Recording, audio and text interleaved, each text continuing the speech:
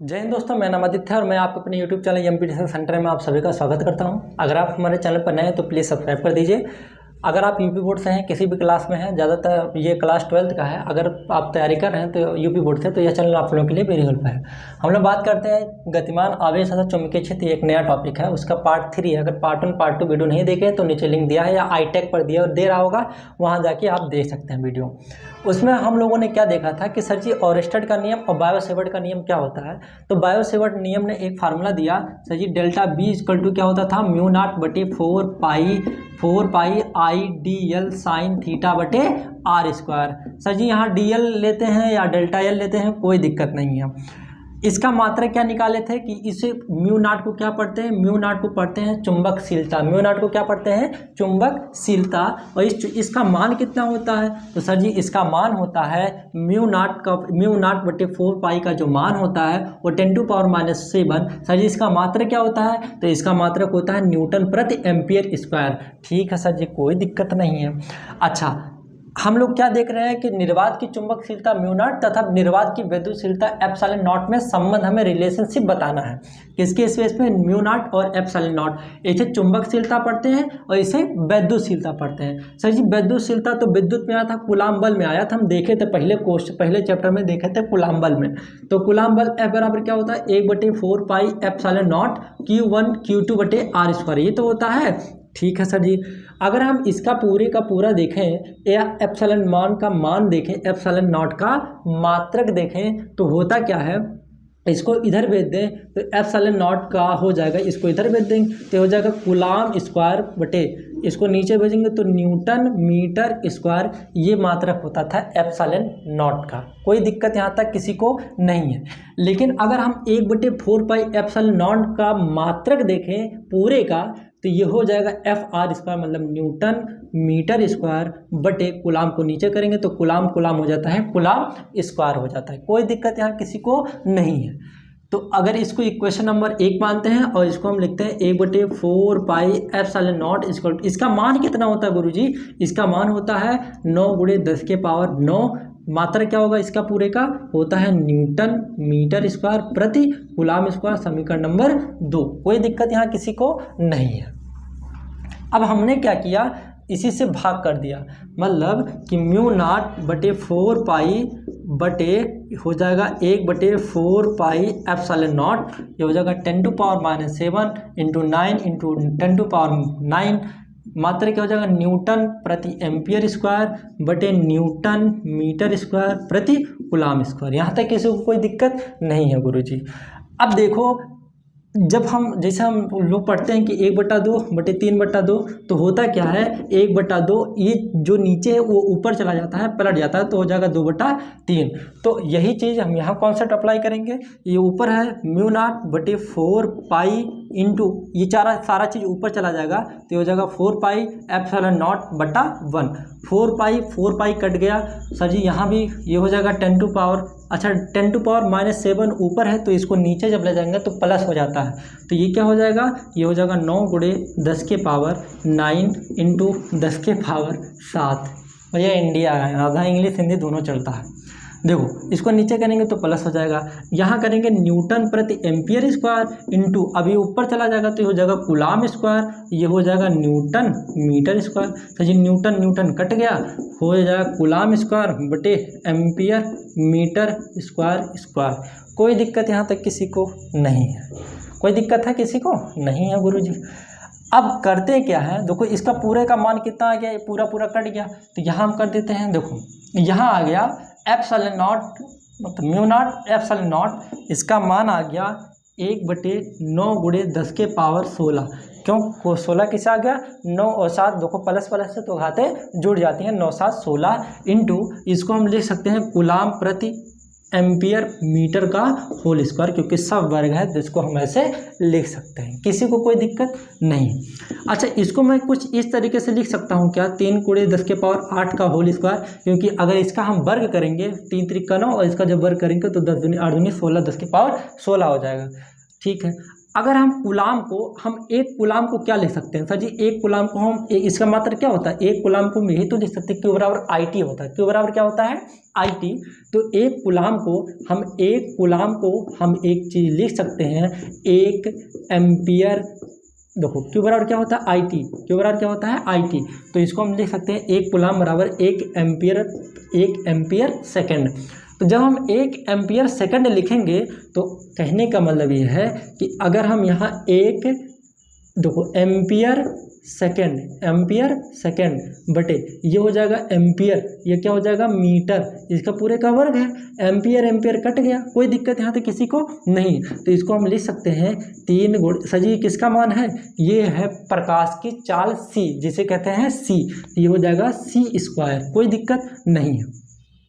जब ये सही हो गया तो देखो ऊपर तो था, ऊपर क्या बचा सेकंड और नीचे क्या बचा मीटर। देखो ऊपर क्या बचा सेकंड और नीचे क्या बचा मीटर। अब सेकंड को अगर हम नीचे लाएं तो इसको हम 1/, मीटर प्रति सेकंड लिख सकते हैं कि नहीं, क्योंकि जब ऊपर जाएगा तो सेकंड ऊपर चला जाता है, इसको हम ऐसे लिख सकते हैं ना।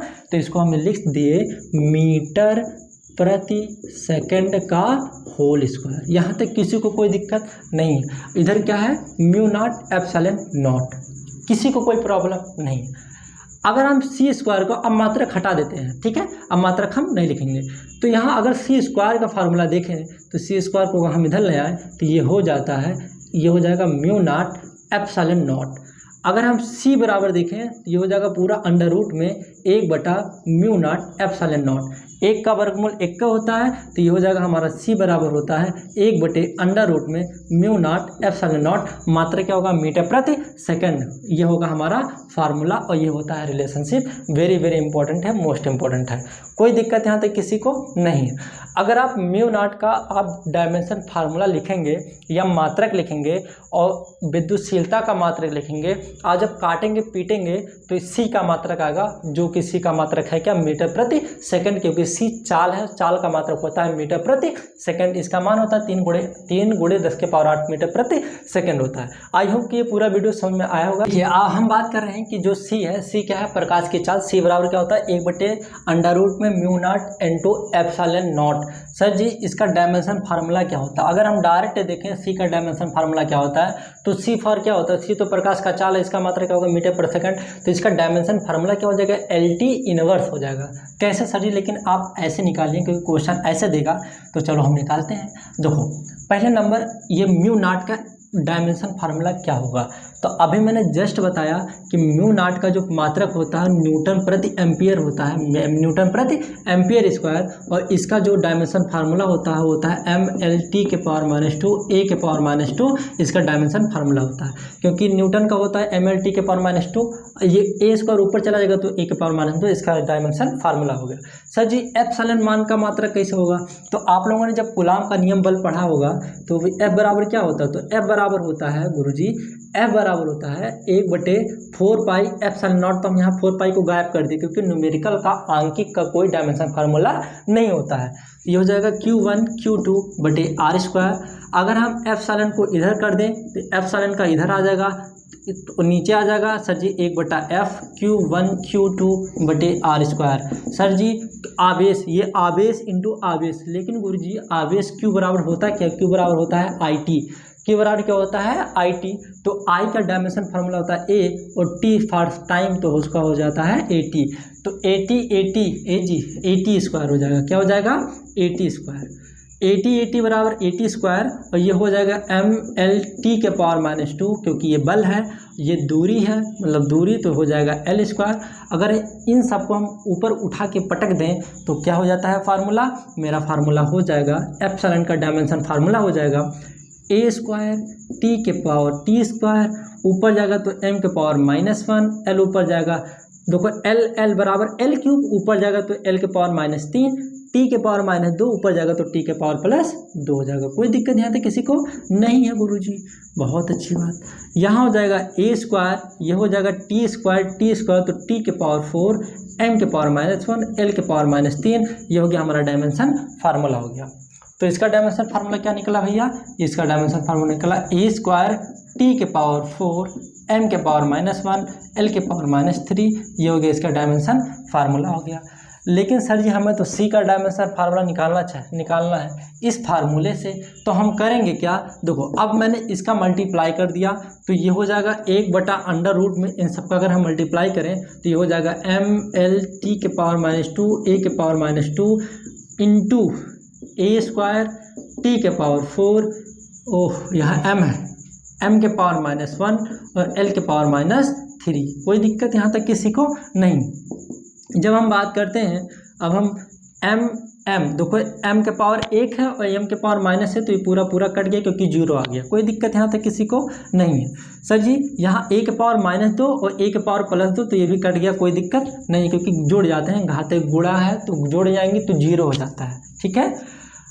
LT के पावर -2 और सर जी यहाँ तो बड़ी दिक्कत है, तो लिखो देखो